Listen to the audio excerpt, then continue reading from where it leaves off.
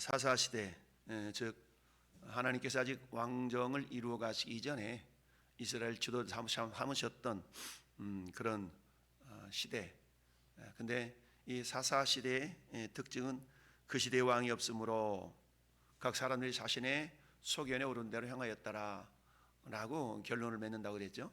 그러니까 사사시대가 여호수아 사후에 약 350여 년 동안 이루어지게 되는데요. 이 사사시대의 기간 동안에 하나님께서 오늘 말씀에 있는 것처럼 이스라엘을 시험하리 하사, 그렇죠?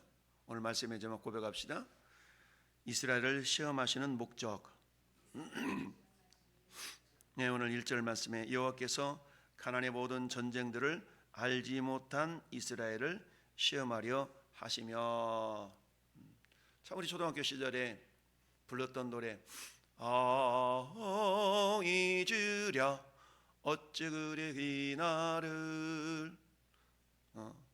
동족의 원수들이 짓밟아오던 그 날을, 6.25 노래죠. 우리가 6월달만 되면 이 노래를 막 학교에서 막 이러면서 불렀던 기억이 나는데, 요즘 애들한테 6.25 노래 부르라고 하면 도대체 그런 노래가 있었어? 학교에서도 가르치지도 않을 겁니다 아마.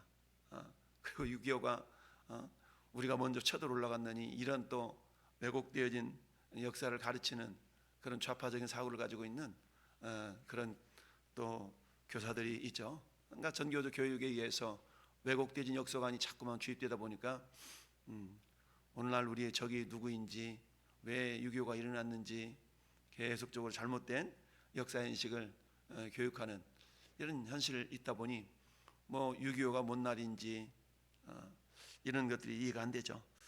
자, 어쨌든 가나안의 모든 전쟁을 알지 못한 이스라엘을 시험하려 하시며, 이걸 오늘날 우리에게 적용해 본다 그러면 어때요? 6.25 동란이 일어난 지 1950년이니까 약 70여 년 전에 일어났던 그런 전쟁, 오랜 세월도 아니잖아요. 그런 전쟁을 우리가 어때요? 다 잊어버리고 살잖아요. 잊어버리고 살아. 자, 모든 전쟁을 알지 못한 이스라엘을 시험하려 하시며, 그렇다면 우리도 역시 마찬가지죠. 오늘 하나님의 은혜로 이렇게 세상 말로 잘 먹고 잘 사는 시대를 하나님 은혜에 주셨는데 마치 자기들이 능력이 있어서 그렇게 잘 사는 것처럼, 이건 신명기 8장의 말씀과도 그대로 적용이 된 것이죠. 너희는 기억하라, 잊지 말아라. 너희가 이처럼 잘 먹고 잘 살게 된 이유는 뭐냐? 하나님 너희를 사랑하사 이렇게 하나님 은혜를 베푸셨기 때문이다 라고 말하는데, 아유, 이거 내 손으로 내 힘의 능력으로 이렇게 잘했지 라고 말할까 두렵다. 우리 주님이 그렇게 말씀하셨죠. 너희는 기억하라, 재물을 얻을 능력을 내가 너에게 주셨기 때문에 이런 일들이 일어났다라고 말씀하고 있는데, 어쨌든 오늘 1절 말씀에 이스라엘을 시험하려 하시며, 하나님께서 이스라엘을 시험하신 목적이 뭘까? 시험의 목적, 여러분이 학교 다니다 보면 우리는 맨날 한 달이면 한 달 이렇게 시험을 치르던 그런 기억이 있는데, 요새 날에는 시험이 너무 많다 그래가지고 팍 줄였죠. 줄여가지고 뭡니까? 중간고사 한번 보고 기말고사 한번 보고 이러면 끝나잖아요. 옛날에는 매달 시험 치느라고 시험 준비하느라고, 그러니까 시험이라는 것은 학생들로 하여금 공부를 하게 하는 그런 어떤 도구가 되는 것이죠. 근데 오늘날에는 애들 스트레스 너무 준다고 다 공부를 안 시키고, 시험도 이래 빠져 저래 빠져, 학교를 안 나가면 이런 상황 저런 상황 다 허락해주고 학교 나온 걸로 쳐주고, 정말 그러다 보니까 어떻게 돼요? 실력이 상향 평준화가 되는데 자꾸만 하향 평준화가 된 겁니다. 실력이 하향 평준화가 되면 어떤 일이 발생하느냐? 세상 말로 우민화 작업하기가 참 좋습니다. 그러니까 국민들을 어리석게 만드는 겁니다. 국민들을 어리석게 만들면 어떻게 해요? 사람이 똑똑하면 자기 할 일을 찾아서 자기 갈 길을 개척해 나가거든요. 근데 사람이 어리석으면 어리석을수록 어떻게 해요? 국가를 의지하게 만듭니다. 그러니까 사람들로 하여금 국가를 의지하게 만드는 그런 이유는 왜 그래요? 그래야만 자기들이, 저 위에 있는 사람들이 한마디로 말하면 정치하기가 좋거든요. 그러니까 적당하게 우리나라가 너무 잘 살면 안 되는 거야. 그러니까 적당한 국민들이 힘들고 어렵게 이렇게 만들어놔야 국가를 의지하도록 만드는 거죠. 이게 오늘날 저 공산 사회주의 국가들의 특징인 거 아니겠어요? 자, 어찌하든 하나님께서 이스라엘 백성들을 시험하려 하사. 그러면서 뭐라 말씀하고 있어요? 이스라엘 자손의 세대 중에 아직 전쟁을 알지 못하는 자들에게 그것을 가르쳐 알게 하려 하사 남겨두신 이방 민족들은, 오늘날 우리나라의 장군들, 장성들, 전쟁을 나는 사람들이 없잖아요. 실전 경험이 없어요. 전쟁에 대한 실전 경험이 없어. 그러다 보니까 뭐 군대를 폄하하는 건 아니지만 방위 출신이 국방부 장관을 하고, 이렇게 해서 얼마나 철저한 군인 정신을 가지고 이 나라를 지키려 하는 그런 생각이 있겠습니까? 진정한 군인 정신을 가진 사람들을 매국노로 매도하고, 이게 오늘날의 현실의 모습들인데, 어쨌든 남겨두신 이방 민족들이 있었어요. 그러면서 4절 말씀 같이 한번 읽어봐요. 4절 시작. 남겨두신 이 이방 민족들로 이스라엘을 시험하사 여호와께서 모세를 통하여 그들의 조상들에게 이르신 명령들을 순종하는지 알고자 하셨더라. 알고자 하셨더라. 우리 하나님은 그러면 아무것도 모르기 때문에 꼭 시험을 치러만 안다라는 개념이 아니죠. 하나님이 그렇게 원하셨다는 얘기죠. 그러므로 이스라엘 자손은 가나안 족속과 헷 족속과 아모리 족속과 브리스 족속과 히위 족속과 여부스 족속 가운데 거주하면서 하나님께서 명령하셨던, 너희들이 가나안 땅에 들어가거들라 그들과 상종하지 말고 쫓아내. 그들에게 너희 딸들을 주지 말고 자식들도 주지 말고 결혼도 하지 말고 그들의 신들을 섬기지 마라 라고 분명히 명령했음에도 불구하고 어떻게 돼요? 6절 7절 말씀에 보니까 하나님 하지 말라고 한 것을 골라서 하는 것처럼 그런 일들이 빚어져 있는데요. 그러면서 그들의 딸들을 맞아 아내를 삼으며 자기 딸들을 그들의 아들들에게 주고 또 그들의 신들을 섬겼더라. 여러분이 믿음 없는 평신도들이야 그런다 치고 왜 그러잖아요. 참 나는 믿음이 있으니까 믿음 없는 그 사람 내가 맞아들여서 정말 예수 믿게 하고 신앙생활 잘 해봐야지, 이런 경우들이 많잖아요. 그런 경우들이 많아. 근데 어때요? 그러다가 세상 말로 자기 믿음 까먹고 자기 배우자도 신앙생활 못하는 그런 일들이 얼마나 많이 있습니까? 우리 금갑순 성도님도 요즘 와서 우리 교회 오시면서 정말 50여 년 전에 가졌던 그 신앙생활, 그것이 그대로 추억 속에 남아 있어서 와서 어제도 와서 우리 집사람한테 성경 공부하는데 막 우는 거야. 그러니까 자기 생각에는 부모님들에 의해서 결혼이 이루어졌기 때문에 자기 생각에는 남편 전도하면 되겠다라고 생각했다는 거 아니겠어요? 근데 50여 년 지나도록 자기를 놓아주지 않고 완전히, 그러다 보니까 교회를 가고 싶어도 가지 못하는 신세, 이런 상황이 되어져 버리고 말았고, 옛날 저 시골에 살 때는 더 했는데 그나마 평택 시내로 이사 와가지고 자기가 이제 자유롭게 운동할 수 있는 시간, 그 운동하는 시간에 짬을 내서 교회를 오는 거야. 참 얼마나 안타깝습니까? 그 세월이 50여 년 훌쩍 지나갔잖아요. 반백년이 지나도록 정말 자기가 믿었던 그 젊은 처녀 쪽에 있었던 열정, 그걸 다 소멸되어져 버리고 남편이 82세나 됐는데 그렇게 방해를 하고. 근데 또 희한하게 거꾸로 되는 경우도 있어요. 거꾸로 되는, 저 시장통에 사는 가끔 만나는 박아무개, 그분은 교회에서 직분도 여러 가지 맡고 그랬는데 마누라가 무당이 돼가지고 교회를 주일날만 되면 완전 남편을 들들 볶아가지고 집 밖을 못 나가게 만드는 거예요. 야, 이런 경우도 있어. 참 그러다 보니까 오늘 말씀에 있는 것처럼 왜 그랬느냐? 한마디로 말하면 그들의 딸들을 아내로 삼으며 자기 딸들을 그들의 아내들로 주었으며. 무슨 말이에요? 불신자와 결혼하는 것뿐만 아니라 이방신을 섬기는 자들로 결혼하는 거죠.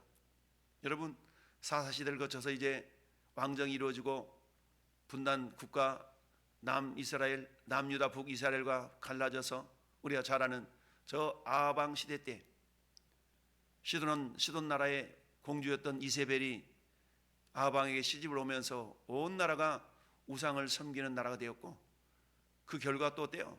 남쪽 유다 나라까지 여호사밧 왕 그 시대까지 결국 북이스라엘의 우상 숭배 현상이 내려오게 되죠. 이런 일들은 결국 뭡니까? 하나님의 말씀을 철저하게 순종하지 못한 결과였다라는 얘기입니다. 시험의 목적은 뭐예요? 한마디로 말하면 우리 믿음을 견고하게 하는 겁니다. 믿음을 견고하게 하기 위해서 시험이 있는 거죠. 그래서 사도 베드로나 야고보 사도가 그렇게 얘기하고 있습니다. 형제들아 너희가 여러 가지 시험을 당하거든 온전히 기쁘게 여기라. 이는 너희 믿음의 시련이 인내를 만들어낸 줄 알미라. 인내를 온전히 이루라. 이는 너희를 온전하고 구비하여 조금도 부족함이 없게 하려 함이라.